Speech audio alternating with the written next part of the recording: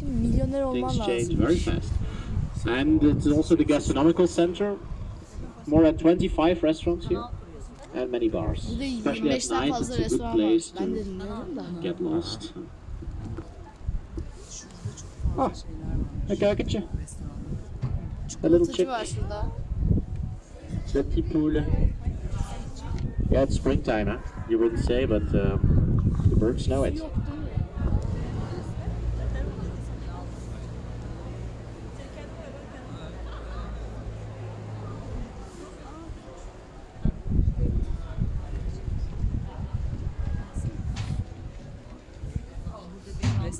Ici, smakelijk. 8 zaligheden. Ja, dat schijnt al wel lekker restaurants. Dat nog niet eten, maar 8 zaligheden in het middeleeuwen waren eigenlijk 8 volkse feesten in de zomermaanden.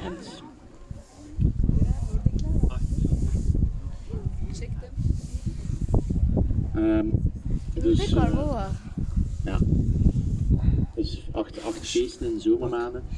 Maar de Gentenaars in 19e maakten nogal wat bond op die feesten. Dus die 8 dagen werd bijna 2 maanden van draspartij, dronkenlap die naar Gent kwamen om te vechten, te drinken. Ze hebben dat afgeschaft in de 19e eeuw. Zo zijn Gentse feesten geboren. Maar dat wist wel. So, if you look around, these buildings are not from the Middle Ages. If you look up, chimneys, they were factories, textile factories. In the 19th century, Gent was a very big industrial city. More than 1,000 factories everywhere in the city. Cotton, raw cotton, came from America across the Atlantic, was then turned into textile here in Ghent, in one of the many factories. The city was better known as the Manchester of the continent. It was a dark, dirty, stinking city. Not a very nice place to live. But as in Manchester, so here in Ghent, these are no longer factories. They're hotels, restaurants, bars, apartments, offices. Here we only have one textile factory left in the center, which is a good thing. Otherwise, the city would still be very polluted. And you would not be on the boat because the smell of the water would be unbearable. No? Eskisi gibi devam etseydi şu an bu gölde pislik kokusundan turn around. The river goes on a little bit further, 400 meters, but there eventually it flows into the other river, the Schelde. The Schelde then takes you to Antwerp and to the North Sea. Alors, on tourne ici, la lisse continue pour encore 300-400 mètres, mais là c'est la fin de la lisse, ça devient l'Escaut. L'Escaut continue à Anvers et à la mer du Nord. Et on tourne ici parce que c'était l'endroit où les premières usines de la ville étaient construites, déjà à la fin du XVIIIe siècle. Tout ça à cause de Napoléon. Il a pris le territoire qui est aujourd'hui Belgique. En 1794, pour 20 ans, nous étions par de la France. Et Napoléon a installé le premier bourgmestre ici à Gand, Lievenbouwens. Mais il était aussi un espion, parce qu'il a voyagé en Angleterre pour voler une machine des Anglais, le Mule Jenny. C'est une gigantesque machine affilée, machine à vapeur. Il a amené la machine ici à Gand et ça a commencé la révolution industrielle sur le continent. Pour la ville, c'était en doré. En moins de 50 ans, plus de 1000 usines partout. Très bien pour l'élite, les chefs d'usine, la bourgeoisie. Mais pour l'environnement et pour les petits enfants qui devaient travailler là-dedans, 14 heures par jour, c'était un temps horrible. À cause de tout ça, le socialisme flamand était né ici à la fin du 19e siècle pour améliorer les conditions des pauvres dans la ville.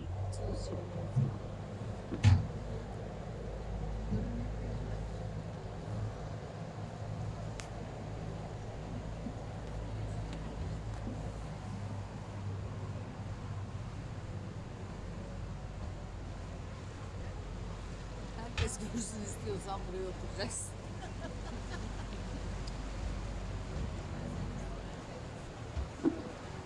Hier links de Delgriet, het groot kanon, 15e eeuw. Le grand canon de Gand ici à gauche, Margot la Folle, 15e siècle. The big cannon here on the left, Mad Mag, Tolle Grete, Margarita la Rabiata. It's from the 15th century. Very big, impressive. They needed 24 horses just to move it. But the most impressive fact is that it never worked. It only shot once, the ball just dropped dead on the ground. Completely useless. It's been laying there for a long time doing nothing. Şurası kullanılmıyormuş bu. Anne. Niye şu farkın? Evet, dinledim canım. Neymiş efendim? Şura eskiden Gent'in bağcılarıymış. Neymiş Kerem, orası bir daha yüksek ses söyle bakayım. Gent'in bağcılarıymış. Ha. 1970'lerde şimdi milyonerlerin evleriymiş. Vay be. Çünkü bu ta eski zamanlardan kalmış tek bir neighborhood burasıymış. Gezi 15'te varmış. 15 miymiş lan? 15 yanlış. Adam yanlış söylemiştir. 14-15 minutes demiştir. Biz onu 45-50. biz onu öyle anladık. Bence yanlış. Bu kadar mı? Gidiyor kız da. Çünkü biz yazmaya...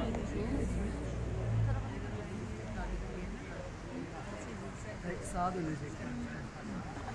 Var mı sağ? Ama şu tarafa gidiyor sanki. U dönüşü Diğer yapıyor. yerine götürecek. 2 Everybody have seen the three towers at the beginning of the trip. Actually, there were supposed to be four of these big towers in Gents. On the left now, you see the one that was not finished, of the St. Michael's Church. And this was supposed to be the biggest one, 135 meters high. It was not finished because in the 16th century, while they were building, a war broke out. Religious problems, Spanish invasion, the start of 80 years of war. When peace returned, late 17th century, 18th century, they tried again, but discovered that the foundations from the start were not deep enough for such a big tower. They all knew what happened there in Italy, in Pisa. So eventually they just put a flat roof over the unfinished tower. Alors, à gauche, l'église Saint-Michel, normalement on peut voir là tout plus haut, 135 mètres de terre. 3 tane gördüm. Mais pendant le 16e siècle, il y avait trop de guerres ici. Lazımmış. Et les 3 fondations du tanesini début yapmışlar, étaient assez profondes pour un tour de cette hauteur. en büyüğü C'est jamais fini. olacakmış. Şurada da yapılamamış hali var. Sonra işte anlattığımız Protestan Katolik Savaşı başlıyor. 80 yıl sürüyor bu savaş işte. Yapılamıyor arada. Sonra para olmuyor. Üstünü çatıyla kapatıp bırakıyorlar projeyi savaştan sonra. On laisse la rivière maintenant. Et on va glisser ici sur la Lièvre. La Lièvre, c'est un canal, Josiamin, pendant le 13e, à la mer du Nord, 50 km, pour faire une connexion directe avec Angleterre. Les Gantois ont besoin de la laine. So now we're in a canal. It's called the Lieve, the deer. This canal was made by hand in the 13th century, all the way to the North Sea, about 50 kilometers, to create a connection with England. The people in the Middle Ages here wanted wool for the wool trade. The primary source of wealth came from the wool trade. Wool from the English sheep. And now, the castle. Kaleye geldi.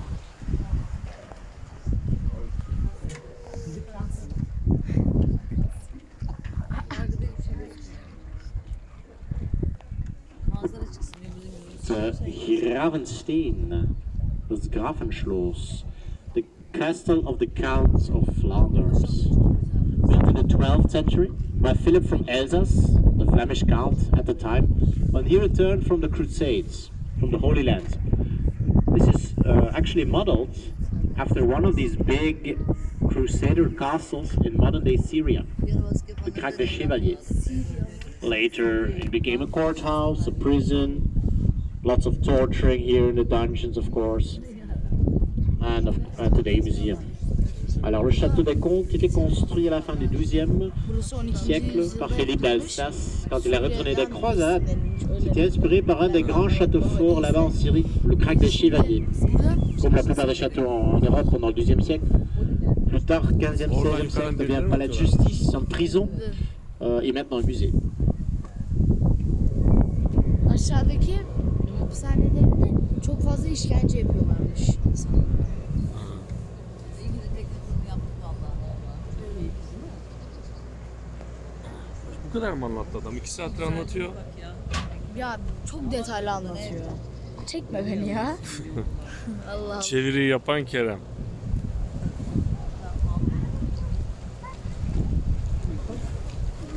Ama çok detaylı anlatıyor.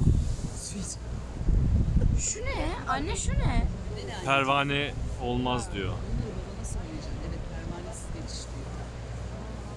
Aa burada tık var. Ben ortadayım. Kenarda olsa geçmezdi. The lead guy. Le quai de la Lièvre. The key of the deer. Very quiet, peaceful place. According to TripAdvisor, it's the #1 Tinder spot. Okay. But it's very quiet at the moment. Normally, lots of kissing here and other stuff. In the Middle Age, though, nothing of that. Only water. This was another harbor. Burası şeymiş. Burası başka bir liman gibi À bir droite, şeymiş. Burası başka liman avec gibi le bir Gezi şeymiş. sur le Şimdi mur, emekli evi le gibi. monastère des Augustins. Huzur evi. Yok emekli evi şey böyle. À la fin du XIIIe Emekli siècle, on est olmuşsun d'embrasser de diyeceğim la kafaya. bière. Tarzında Et aujourd'hui, il y a une bière connue ici à Gand qui s'appelle Augustine. C'est une bière blonde, un triple, bière fort, 9%. Mais les brasseurs disent que c'est le recette originelle de ce monastère du XIIIe siècle, mais ça, c'est pas vrai. C'est un truc pour mieux vendre leur bière. Bon, la bière est bien. Mais la brasserie ici est partie. Les moines vivent encore dedans. C'est encore un monastère aujourd'hui. So here, this is the Augustine Kloster, the Augustine Monastery. In the 13th century, these monks made beer. Today, there's a famous beer here in Ghent, Burada da benzeri Augustine. oluyor şu an. It's a strong beer, triple, a blonde beer. The brewers claim that the recipe is originally from this monastery, but that's not really true. Ne manastırı? It's fake news. Dinlemedim ki. It's a trick to better sell their beer. Daha iyi sayı bak be. It works though. Everybody believes it. Yep. It's good beer, you should try it, but it wasn't originally from here. The brewery here is long gone, centuries gone, but the monks, they still live here. This is still a monastery. Not many of them remain, of course, only 6 or 7 very old Augustinian monks who are wandering the big halls of their monastery, desperately in search of young men who want to become monk, but yeah, nobody wants to become monk these days, so...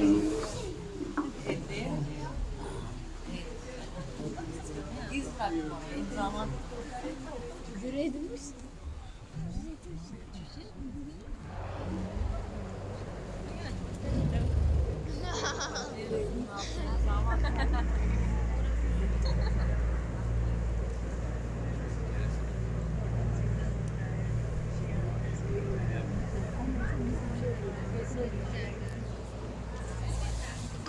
Bunlar bak lüks evlerden.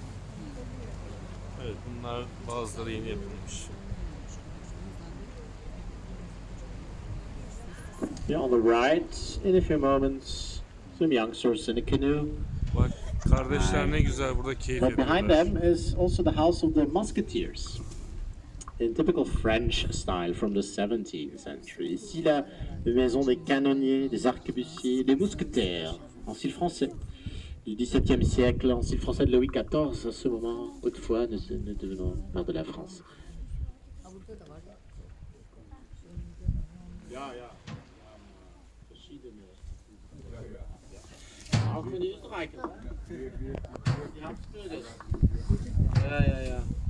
Alors, le pont ici, les sculptures à côté, tout ça, construit comme référence à Charles Quint.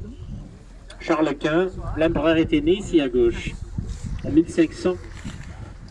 À ce moment, il y avait un grand château ici, le Cours de Prince, l'ancien palais de l'île de Bourgogne à Gand, mais tout ça a été détruit dans le temps industriel. Also the bridge there, and the 4 statues. They were built as a reference to Charles V, Keizer Karel, Keizer Karel V, Carlos V. The emperor was born here, on your left, in the year 1500, when there was still a big palace here, of course. As you can see, there is no palace because it was destroyed to build factories in the 19th century, like the one over there. Now they're destroying the factories to build apartments. Yeah. Times change. Eskiden kaleymiş burası. Eskiden bu büyük imparatorun doğduğu kale oradaymış. Kale değil, daha doğrusu şato.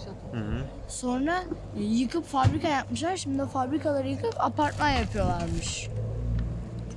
Bunlar da bizimkiler gibi. Her taraf apartman yapıyorlar yani. Yok, bizimki cami yapıyor. Baksana Kerem. Üstte baykuş, ortada kurt. Bir arada da fox var. Bak burada da varmış bir farklı ama.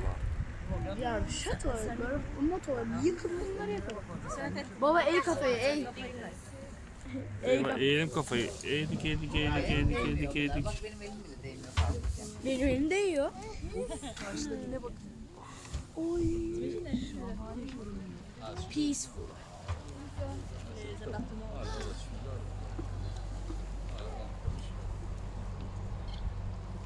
Daarvoor in de retrabot. Die sluis daaronder is gesloten vandaag, maar vroeger konden we blijven varen en zou uitkomen in het Zwinde. Het Zwinde was vroeger eigenlijk de ingang naar de havens van Gent en Brugge. Maar dat was volledig verzand in de 16e eeuw en daarom zijn ze het kanaal Genterneuzen beginnen graven, veel later. Zo, tout droit, il y a le rabot.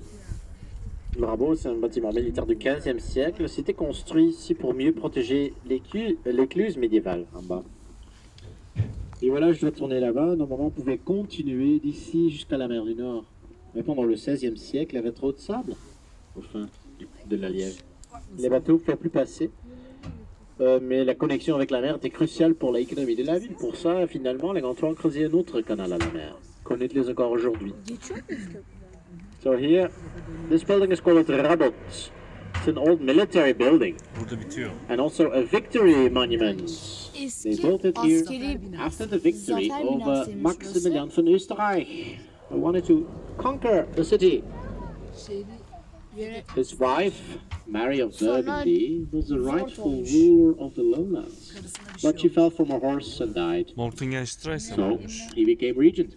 He wanted to make some changes in the politics, but Bruges and Gents did not like him. They rebelled. They threw him in jail in Bruges. They did not like that. He was able to escape, and he returned with a big army of German mercenaries. Bruges was beaten quite severely when he was here in Ghent. His army was over there. What he didn't know that there was a lock here on Schleuse. So the people opened the lock, flooded his army. Maximilian had to retreat, and after the victory, the people of Ghent built this building in the 15th century. It was a short victory though. 5 years later, he was back and able to enter the city, but through diplomacy this time. Ne olmuş dediniz mi? Ne olmuş? Bu herif, bu sinirlenen herif askerleriyle gelmiş böyle büyük ordusuyla Bruges'u fethetmiş. Buraya geldiğinde kapıyı kilitlemiş bizimkiler, tamam mı? Arkasına da göl koymuş bu Gentliler. Bu herifler kapıyı kırınca sel çıkmış, boğulmuş bütün ordusu. Çoğu ordusundan boğulmuş, kalanları da kaçmış.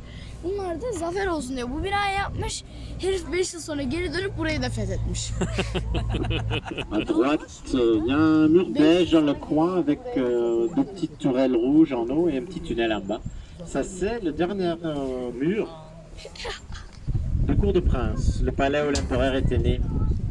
Si vous traversez le petit pont en bas, il y a un petit espace avec une statue de Charles Quint et une maquette de l'ancien palais. So the wall there in the corner with the tunnel, the red towers, this is the only wall remaining of the palace where the emperor was born. If you pass that tunnel, there's an open space with a statue of Charles V and a model of the old palace.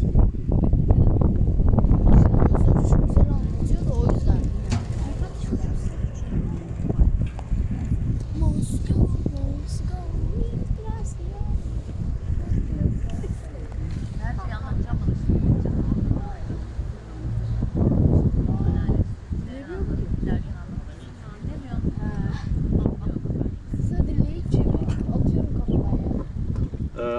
le 4 piliers, là, à côté, le point nous raconte des petites histoires de la vie amoureuse de l'empereur. Apparemment, Charles Quint avait beaucoup de petites copines ici en fond. Il faisait beaucoup d'enfants. Pour ça, il y a des sources qui disent que 3% de la population d'Europe aujourd'hui pouvait tracer leur origine à Charles Quint. Je ne sais pas que c'est vrai, mais ça dit quelque chose. So these sculptures here tell love stories from the life of the emperor. Charles V was a bit of a ladies' man. He had lots of girlfriends here. Made a lot of children. Aşk hayatını Not with his gösteriyormuş wife, bu I mean, heykeller. the bastards I'm talking about. Adam bir sürü That's why sources claim that 3% of the Beşinci European Charles. population today can trace their origins back to this guy. So perhaps you have family here on board, huh? Üçünü bu ikisi yapmış karı koca. Böyle bir Ja, söylem. toch echt een vrouw is op schijnt. Maar uiteindelijk moest hij trouwen, hè. Trouwt met zijn eigen nicht. Isabella van Portugal. Er was zo wat incest in die tijd. Dat deed ze wel vaker. Dus was hij geen knappe vent, hè.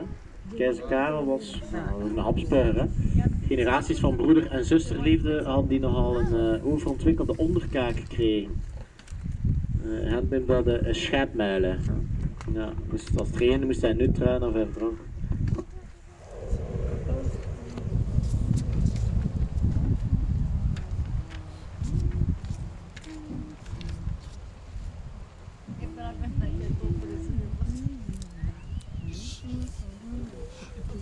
Ne yapalım? Teknedekilerle. Hep beraber inerken diyorum toplu resim yapalım. Hoş geldiniz. Bizimkiler buraya isim yazar mıydı? Yazardı tabii geçerken. Neler neler. Yazan Evet, tosunu buraya Dans bir le Moyen yazarlar. Âge, il y avait beaucoup plus d'eau ici dans la ville. Vraiment, il y a une collection de 72 îles connectées avec des petits ponts partout. Mais à cause de l'industrie, pendant le 19e siècle et la pollution d'eau, ils sont plus là, ils sont tous remplis, transformés dans des rues. And so in the Middle Ages, there was a lot more water here in Ghent. Ghent was a collection of 72 islands connected with small bridges everywhere, much more like Bruges or Amsterdam today. The difference with the other cities is that Ghent became an industrial city with heavy pollution of the waterways. Because of the bad smell, all the old canals were filled. But luckily, the quality is much better. It doesn't stink anymore. Once again, there's lots of fish. It's not that good that you should drink from it though. Don't try it. O musluktan su içmeyin bence diyor herif. Bir de şey, Niye içmiyormuşuz? stinks bir şey yani çok pis bir şey su. Şimdi aynen şu Bruges, Amsterdam falan hepsi birbirine bağlanıyormuş, tamam mı? Hepsinin kirleten yerde burasıymış. Burası endüstriyel yermiş, burası pisletiyormuş suları falan. Belki bu fabrikalar falan kapatıldıktan sonra nehir beton temizlenmeye oldu. başlamıştır.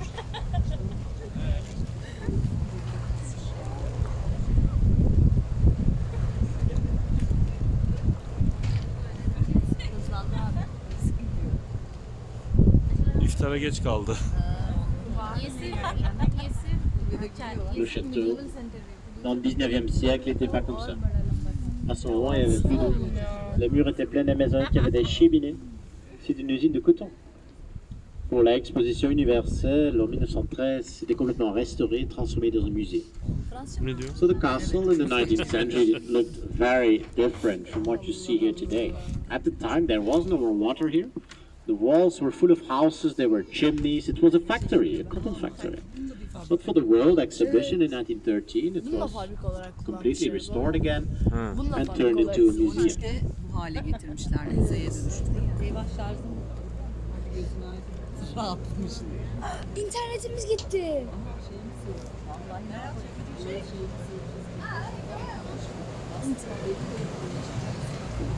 Ici à droite, le façade jaune, le dernier façade en bois dans la ville du XVIe siècle. This is the last wooden house in Ghent from the 16th century. From the time when most of the buildings were still made from wood. When only the rich could build stone houses, which is why rich people today are steenrijk, steinreich. But stone rich in English does not exist apparently. Something went wrong there. Burada taş evler, taş evi olanlar zengin olarak kabul ediliyormuş. Taş evler bayağı parlıyor. Nerede kano? Nerede? Kano yapıyorlar. And so, Kanalda we are kamera back yapıyorlar. on the river. Le retour sur la lisse. Ça veut dire la fin du petit balade, mesdames, messieurs. Merci beaucoup pour votre attention. Et voilà, je vous souhaite une bonne soirée dans la ville. Ladies and gentlemen, this is the end of the ride. I hope you enjoyed. Thank you very much for listening. I wish everyone a very good evening here. Thank you. There will be 2 stops. First I will stop here, then I'll go to the other side. So you can choose your exit. Thank you. Evet burada Abi buradan mı geldik biz ilk başta? evet buradan bindik. Okey, buradan ne? Evet bu tur bitti. Yaklaşık 40 dakikalık bir tur. Kişi başı 9,5 euro. Çocuklar 6 euro. 6,5 mu? 6,5 euro çocuklar. Bir de 60 yaş üzeri. Gerçi İstanbul'da 65 yaş üzeri bedavaydı değil mi? Burada 60 yaş üzeri yaklaşık %30 daha indirimli. Evet başladığımız yere geri geldik. Yarım. Burası da Gent isminde. Gent miydi burası? Gent. Şimdi Evet. meydana gideceğiz. Gent Meydanı. Zaten şu hemen yan taraf Gent Meydanı. Buradan bindik. Şu ileride meydan var. Biz şimdi o meydana gidip acık çay kahve içeceğiz. Evet. Ben bir soda içeyim ya. Çok sıkıldım. Hadi bay bay.